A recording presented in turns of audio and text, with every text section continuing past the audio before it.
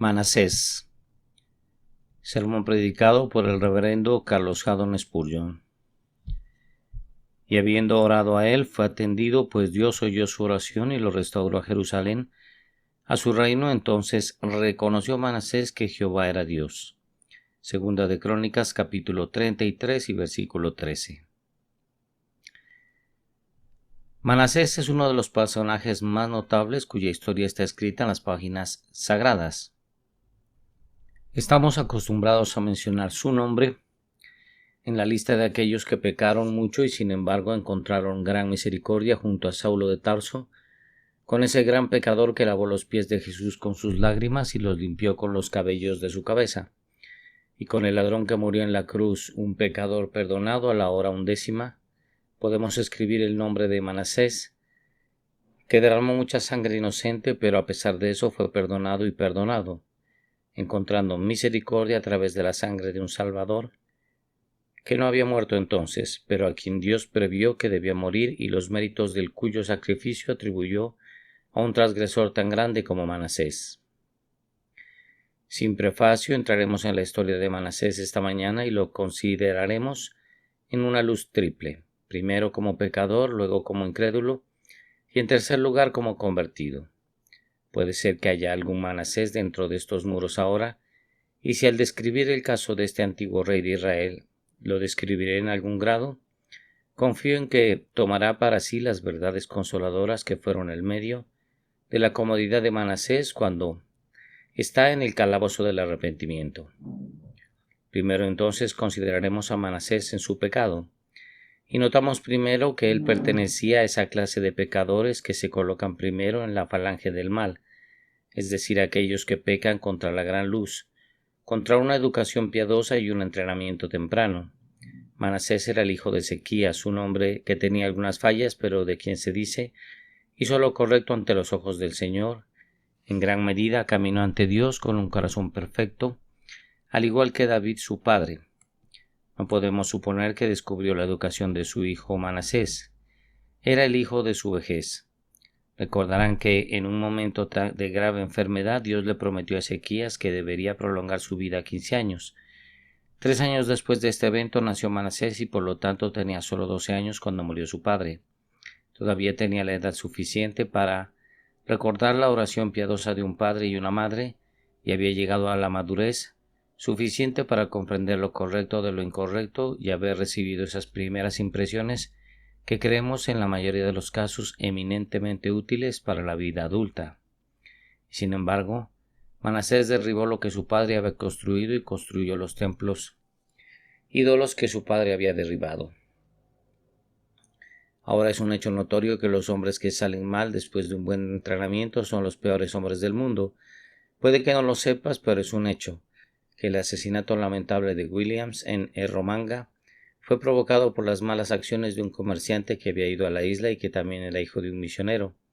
Se había vuelto imprudente en sus hábitos y trataba a los isleños con tanta barbaridad y crueldad que vengaron su conducta contra el siguiente hombre blanco que puso pie en la orilla, y el amado Williams, uno de los últimos mártires, murió víctima de la culpa de quienes lo habían precedido.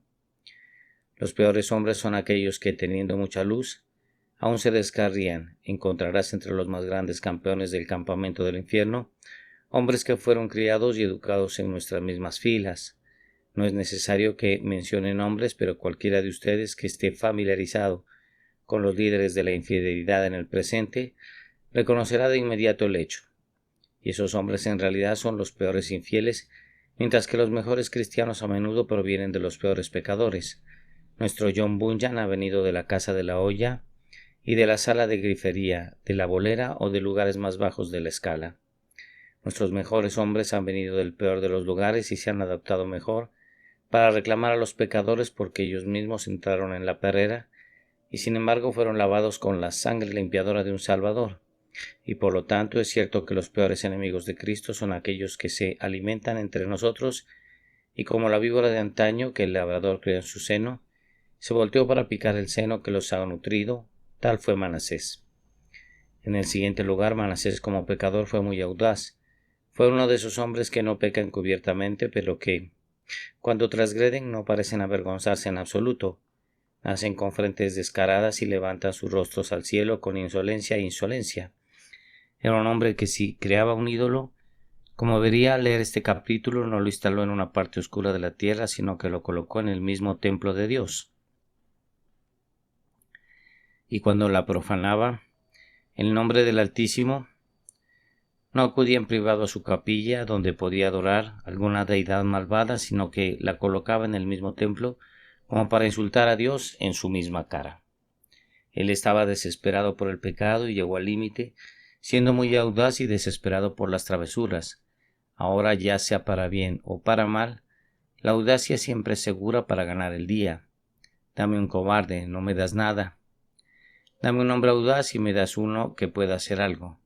Ya sea por la causa de Cristo o por el diablo, Manasés era un hombre de este tipo.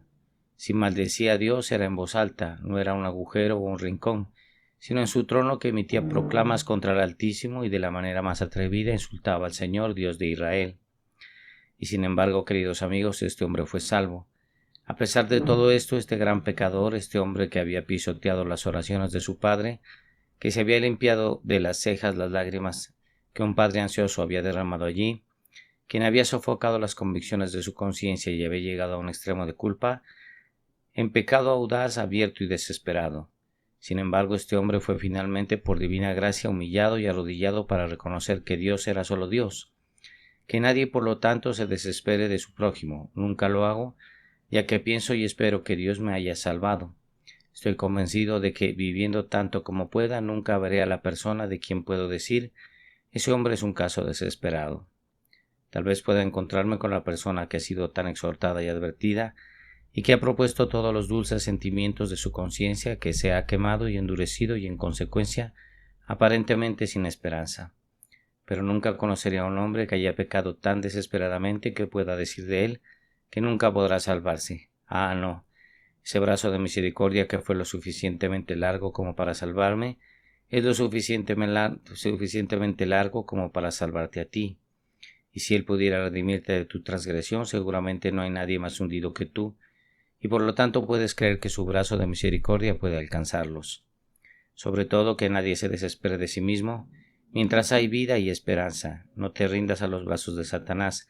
Él te dice que tu sentencia de muerte está sellada, que tu destino está echado y que nunca puedes ser salvo. Dígale a la cara que es un mentiroso, porque Jesucristo puede salvar hasta lo sumo a los que acuden a Dios por medio de él, ya que vive para interceder por ellos. Nuevamente, Manasés fue un pecador de esa casta peculiar que sospechamos que no se encuentra con mucha frecuencia. Él era uno de los que tenía el poder de conducir a otros en gran medida por el mal camino de la verdad y la religión de Dios. Él era un rey y por lo tanto tuvo una gran influencia.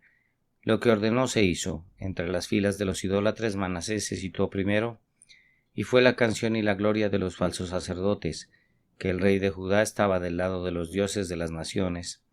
Él era el líder, el primer hombre en la batalla. Cuando las tropas de los impíos fueron a la guerra contra el Dios de toda la tierra, Manasés lideró la vanguardia y los animó.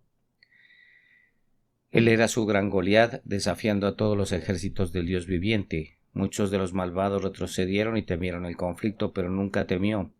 Él habló y se hizo. Él ordenó y se mantuvo firme. Y por lo tanto fue audaz y arrogante al desviar a otros. Hay algunos que aún están vivos, hombres que no se contentan con pisar el camino ancho por sí mismos, sino que intentan atraer a otros. Y cuán activos son en sus esfuerzos. Ellos irán de casa en casa y distribuirán aquellas publicaciones que sean impuras y contaminantes. Se pararán en nuestras calles y se esforzarán por atraer a los jóvenes, sí, hombres y mujeres, recién salidos de la casa de Dios, oyendo al santuario de Dios, para contarles esa triste historia de que no hay Dios, o la triste mentira de que no hay futuro, sino que todos debemos morir como perros y sufrir la aniquilación. Hay algunos que nunca parecen ser felices a menos que estén desviando a otros. No es suficiente que vayan solos contra Dios, sino que deben pecar en compañía.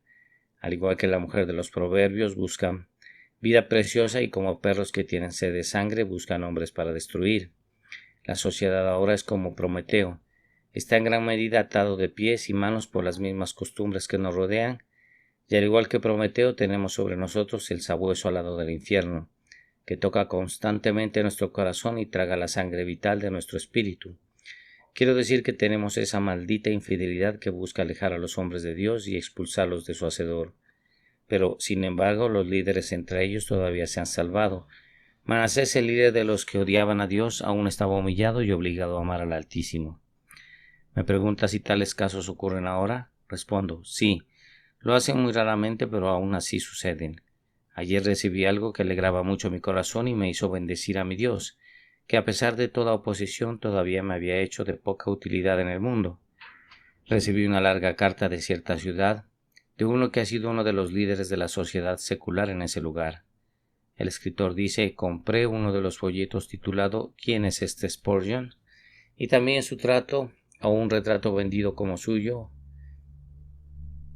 Los traje a casa y los exhibí en el escaparate de mi tienda. Fui inducido a hacerlo por un sentimiento de burlón placer.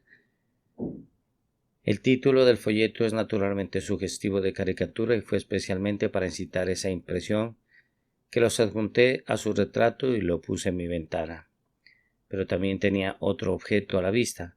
Pensé por su atractivo para mejorar mi comercio. No estoy en absoluto en el negocio de los libros o el papel, lo que hizo que su exposición y mi motivo fueran más llamativos. Lo he quitado ahora. Había comprado uno de sus sermones de un incrédulo 1 o 2 días antes. En ese sermón leí estas palabras: ellos continúan, ese paso es seguro, lo dan. El siguiente es seguro que lo toman, su pie cuelga sobre un abismo de oscuridad. Seguí leyendo, pero la palabra oscuridad me hizo tambalear, estaba todo oscuro conmigo. Es cierto, el camino ha sido seguro hasta ahora, pero estoy perdido en el desconcierto. No los arriesgaré. Salí del departamento en el que había estado reflexionando y mientras lo hacía las 3 palabras ¿quién puede decirlo? Parecían susurrar en mi corazón. Decidí no dejar pasar otro domingo sin visitar un lugar de culto. No sabía cuánto tardaría en necesitarme mi alma, pero sentí que sería cruel, bajo, cobarde, no darle una oportunidad. Sí, mis asociados pueden reírse, burlarse, llamarme cobarde, renegado. Haré un acto de justicia en mi alma. Fui a la capilla, estaba estupefacto de asombro. ¿Qué podría querer allí? El portero abría más los ojos e involuntariamente preguntó, ¿es el señor, no es así? Sí, dije, lo soy. Me llevó a un asiento y luego me trajo un himnario. Estaba en condiciones de estallar de angustia. Ahora pensé, estoy aquí. Si es la casa de Dios, el cielo me conceda una audiencia y me rendiré por completo. Oh Dios, muéstrame una muestra por la cual pueda saber que eres y que de ninguna manera echarás al vil desertor que se ha aventurado a buscar tu rostro y tu indulgente misericordia. Abrí el libro de himnos para desviar mi mente de los sentimientos que me desgarraban, y las primeras palabras que me llamaron la atención fueron oscura, oscura, de hecho la tumba sería, si no tuviéramos luz, oh Dios, de ti. Después de dar algunas cosas que considera evidencias de que es un verdadero converso de la religión, cierra diciendo, oh Señor, dile esto al pobre desgraciado cuyo orgullo como el mío lo ha hallado con el infierno. Díselo a los valientes y a los tímidos, dígale al cristiano que se enfría que Dios es una ayuda muy presente para todos los que lo necesitan. Piensa en el pobre pecador que nunca te mirará en este mundo, pero que vivirá para bendecirte y orar por ti aquí y anhelará encontrarte en el mundo exento de dudas pecaminosas, del orgullo humano y de los corazones rebeldes. Ah, no necesita pedirme perdón, estoy feliz, demasiado feliz, con la esperanza de llamarlo hermano en la iglesia cristiana.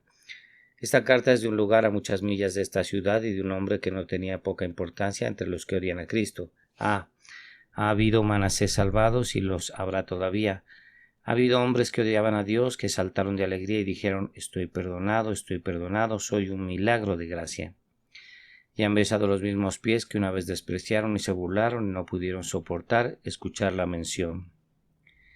Hay un hecho con respecto a Manasés que lo señala como un príncipe de los pecadores, a saber, causó que sus hijos pasaran por el fuego en el valle del hijo de Hinnom, y dedicó a sus hijos a Tofet. Este fue un pecado terrible, porque aunque Manasés se arrepintió, encontramos que su hijo Amón siguió los pasos de su padre en su maldad, pero no en su justicia. Escucha, Amón tenía 22 años cuando comenzó a reinar y reinó 2 años en Jerusalén, pero hizo lo que era malo ante los ojos del Señor, como lo hizo Manasés su padre, porque Amón sacrificó a todas las imágenes talladas que Manasés su padre había hecho y le sirvió, y no se humilló ante el Señor. Como Manasés su padre se había humillado a sí mismo, pero Amón traspasó más y más. Los niños imitarán a sus padres en sus vicios, rara vez en su arrepentimiento. Si los padres pecan, sus hijos los seguirán. Sin duda, pero cuando se arrepienten y se vuelven a Dios, no es tan fácil llevar a un niño de regreso al camino que una vez abandonó. ¿Hay alguno aquí que, como ese antiguo cartaginés, haya dedicado a sus hijos a la oposición de su enemigo? ¿Recuerdas a uno que dedicó a su hijo Aníbal desde su nacimiento al ser el enemigo eterno de los romanos? ¿Puede haber un hombre así que ha dedicado su descendencia a Satanás para ser el enemigo eterno del Evangelio de Cristo y está tratando de entrenarlo y atesorarlo de una manera que es contraria al temor del Señor? ¿Es un hombre sin esperanza? Su pecado es terrible, su estado es triste, su pecado sin arrepentimiento seguramente lo condenará. Pero mientras él esté aquí, todavía le predicaremos el arrepentimiento, sabiendo que Manasés fue llevado a conocer a Dios y se le perdonaron todos sus múltiples pecados. El segundo aspecto en el que debemos considerar a Manasés es como no creyente, ya que parece que Manasés no creía que solo Jehová fuera Dios. Era por lo tanto un creyente en dioses falsos, pero un incrédulo en lo que respecta a la verdad. Ahora no te sorprende al principio que mientras Manasés era un incrédulo en la verdad, debe haber sido una persona muy crédula para creer en todas las deidades imaginarias de los paganos. De hecho, las personas más crédulas del mundo son incrédulos. Se necesita 10,000 veces más fe para ser un incrédulo que ser un creyente en Apocalipsis. Un hombre viene a mí y me dice que soy crédulo porque creo en una gran primera causa, que creó los cielos y la tierra y que Dios se hizo hombre y murió por el pecado. Le digo que puede serlo y sin duda soy muy crédulo, ya que él concibe la credulidad. Pero concibo lo que creo que está en perfecta consistencia con mi razón y por lo tanto lo recibo. Pero dice él, no soy crédulo para nada. Señor, digo, me gustaría preguntarle una cosa. ¿No crees que el mundo fue creado por Dios? No, debes ser increíblemente crédulo, entonces estoy seguro. ¿Crees que esta Biblia existe sin ser hecha? Si debe decir que soy crédulo porque creo que tenía una impresora y una carpeta, debería decir que fui infinitamente más crédulo si me aseguro que se hizo. Y si comienza a contarme una de sus teorías sobre la creación, que los átomos flotaron en el espacio y llegaron a cierta forma, debería renunciar a la palma de la credulidad. ¿Usted cree quizás además que el hombre llegó a estar en este mundo a través de la mejora de ciertas criaturas? He leído que usted dice que hubo ciertos nómadas, que estas nómadas se mejoraron así mismas hasta que se convirtieron en pequeños animales, que luego se convirtieron en peces, que estos peces querían volar y luego las alas crecían, que poco a poco querían gatear y luego llegaron a las patas y se convirtieron en lagartos y por muchos pasos se convirtieron en monos y luego los monos se convirtieron en hombres y crees que eres primo de un orangután. Ahora, puedo ser muy crédulo, pero realmente no tan crédulo como tú. Puedo creer cosas muy extrañas, puedo creer que con la quijada de un asno Sansón mató a 1,000 hombres, puedo creer que la tierra se ahogó con agua y muchas otras cosas extrañas como las llamas, pero en cuanto a tu credo, tú no crees. Es extraño, es maravilloso y es mucho más mío en la credulidad. Si soy crédulo, como un océano rebosa una gota. Se requiere la fe más dura del mundo para negar las Escrituras porque el hombre en su corazón secreto sabe que son verdaderas. Ve a donde él quiera, algo le susurra, puedes estar equivocado, tal vez lo estés. Y es todo lo que él puede hacer, decir, acuéstate conciencia, abajo contigo. No debo dejarte hablar o no podría dar mi conferencia mañana. No podría ir con mis amigos, no podría ir a tal o tal club. Porque no puedo permitirme mantener una conciencia si no puedo permitirme mantener un Dios. Y ahora déjame decirte cuáles son las razones por las cuales Manasés era un incrédulo. En primer lugar, concibo que el poder ilimitado que poseía Manasés tenía una gran tendencia a convertirlo en un incrédulo en Dios. No debería preguntarme si un autócrata, un hombre con dominio absoluto, debería negar a Dios. Debería pensar que es natural. ¿Recuerdas ese discurso memorable de Napoleón? Le dijeron que el hombre propuso, pero que Dios dispuso. Ah, dijo Napoleón, yo también propongo y dispongo, y allí se arrogó la supremacía de Dios. No nos sorprende porque sus victorias se habían sucedido tan rápidamente.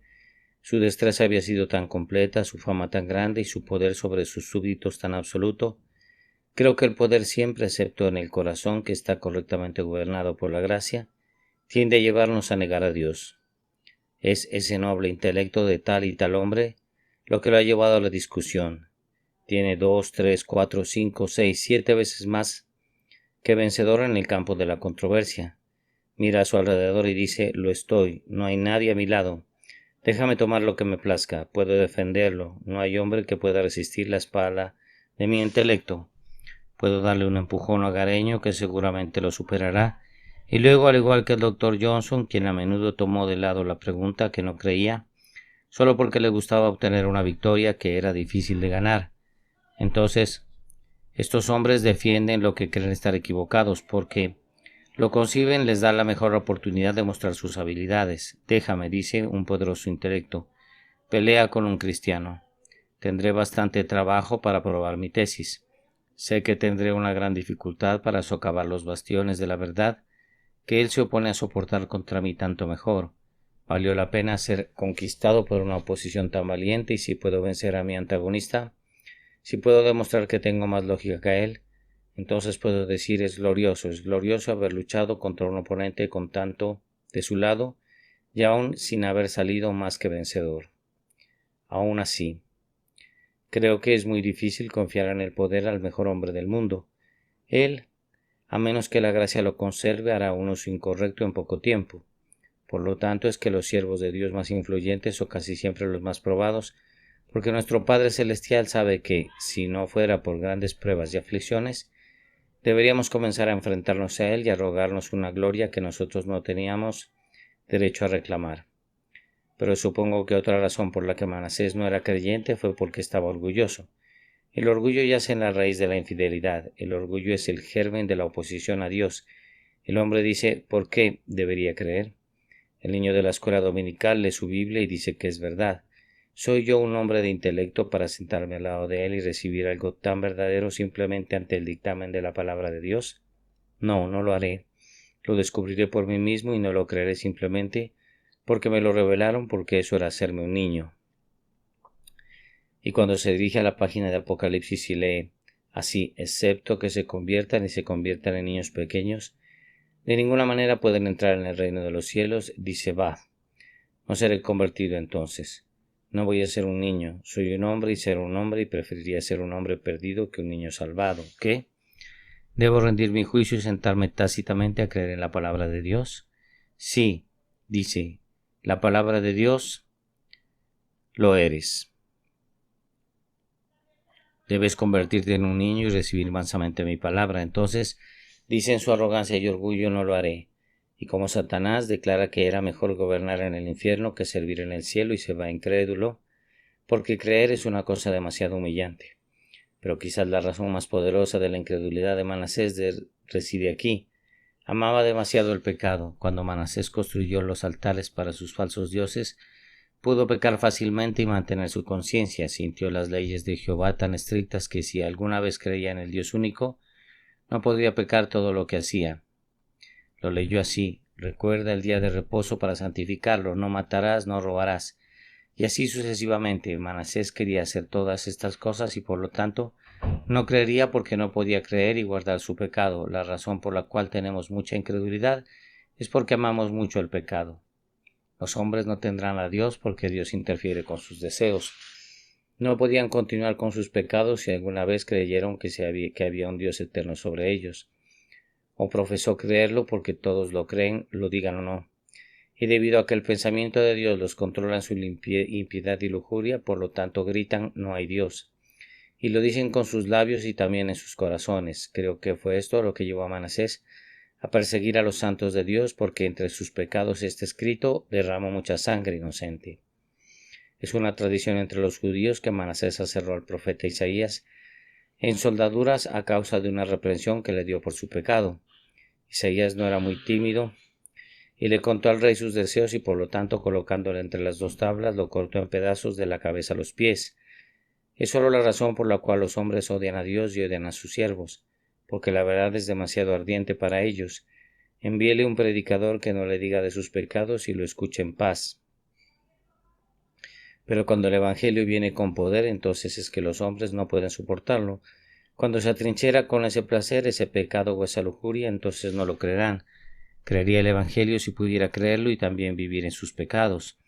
O cuando un reprobado borracho sería un cristiano, si fuera borracho y cristiano también, ¿cuántos malvados desgraciados se convertirán en creyentes si creyera y continuara en sus pecados?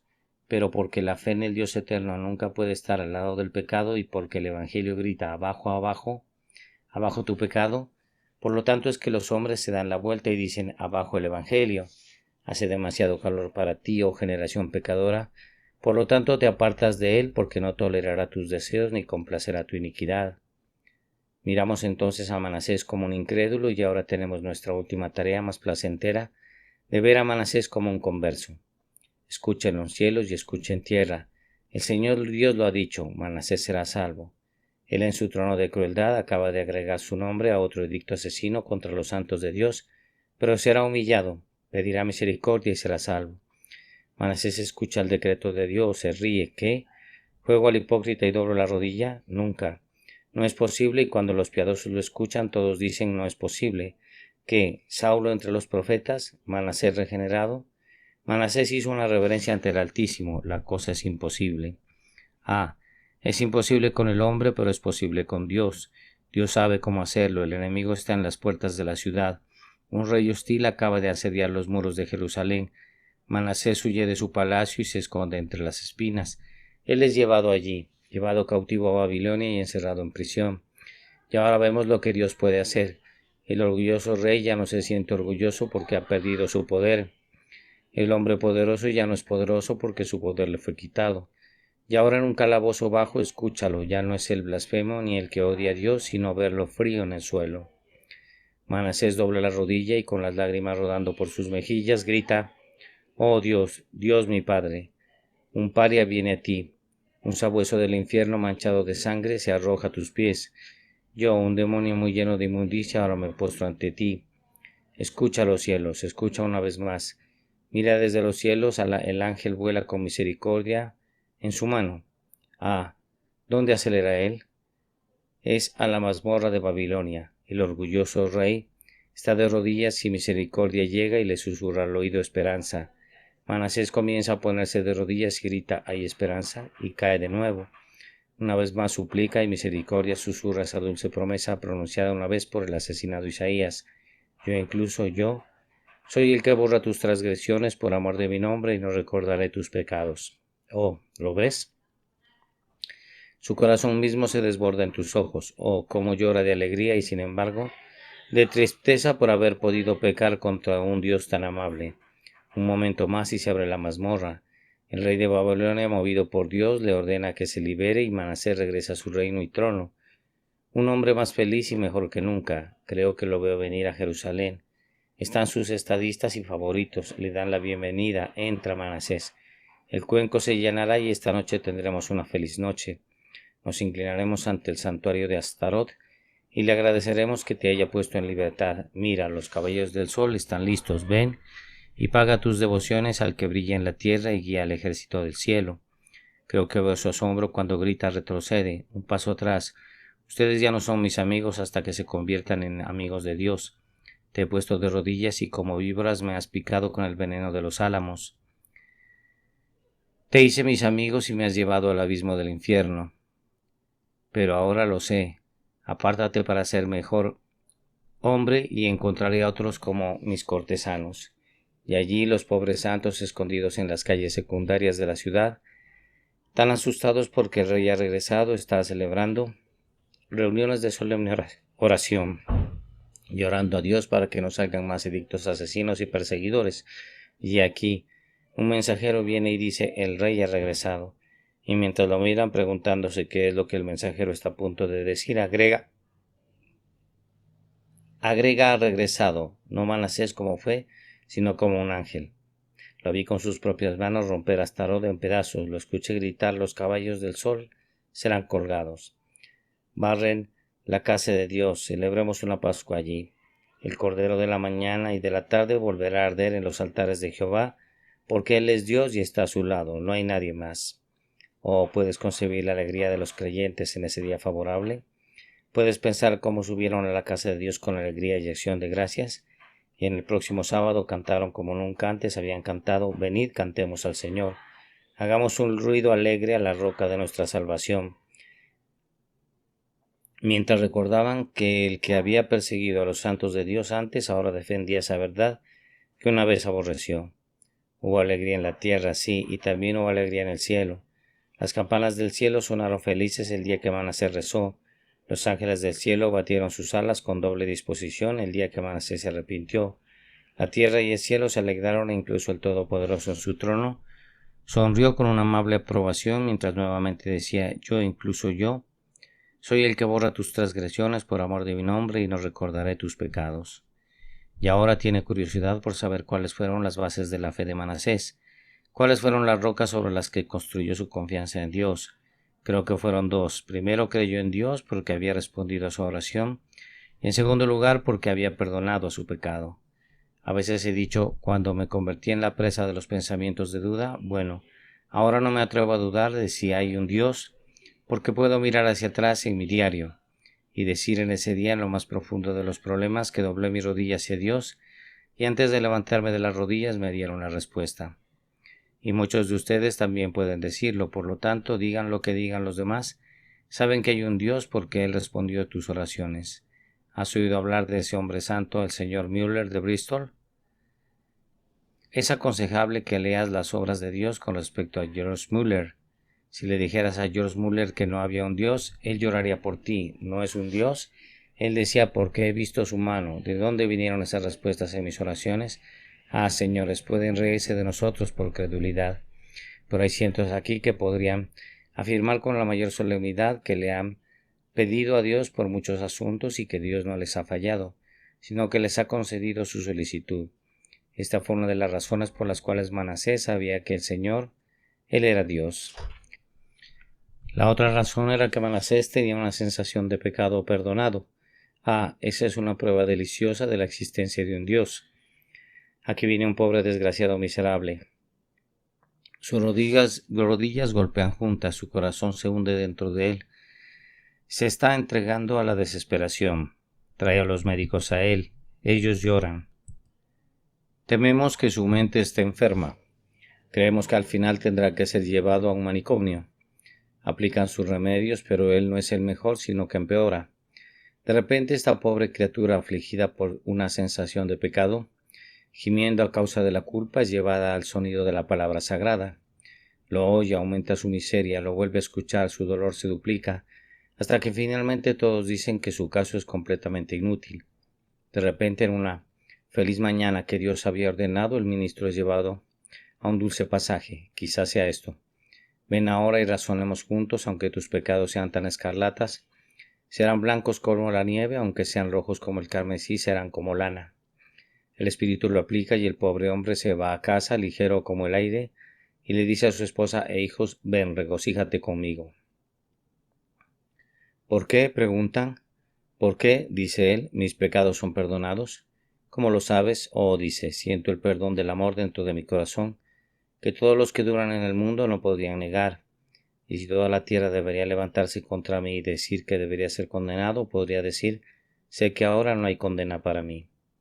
¿Alguna vez has sentido que perdonaste la sangre? Nunca dudarás de Dios, lo sé, si lo has hecho, porque, queridos amigos, si la anciana más pobre del mundo fuera llevada ante un infiel del orden más sabio, con una mente del mayor calibre, y se esforzara por pervertirla, creo que la veo sonreírle y decirle: mi buen hombre, no sirve para nada, porque el Señor me ha parecido de antaño, diciendo: si te he amado con un amor eterno, y entonces puedes decirme lo que quieras. He tenido una sensación de perdón comprado por sangre derramado en el extranjero en mi corazón, y sé que Él es Dios y nunca puedes vencerlo de mí. Como bien dice Watts, cuando una vez tenemos una seguridad como esa, si todas las formas que los hombres inventan asaltan mi fe con arte traicionero, las llamaría vanidad y mentira, y uniría el Evangelio a mi corazón. O si tienes la sensación de que el pecado está perdonado, nunca puedes dudar de la existencia de un Dios, porque se dirá de ti: entonces supo que el Señor era Dios. Y ahora, Reúno mis fuerzas por un momento para hablar con aquellos de ustedes que desean saber qué deben hacer para ser salvos. Mi oyente, ninguna pregunta puede ser más importante que eso. Ninguno es tan necesario para preguntar. Por desgracia hay demasiados que nunca lo preguntan, pero que navegan hacia el abismo de la desesperación negra, escuchando el canto de las sirenas de dilación y demora. Pero si has sido llevado a hacer la pregunta solemne y seriamente, ¿qué debo hacer para ser salvo? Estoy feliz, 3 veces feliz, de poder decirte la propia palabra de Dios.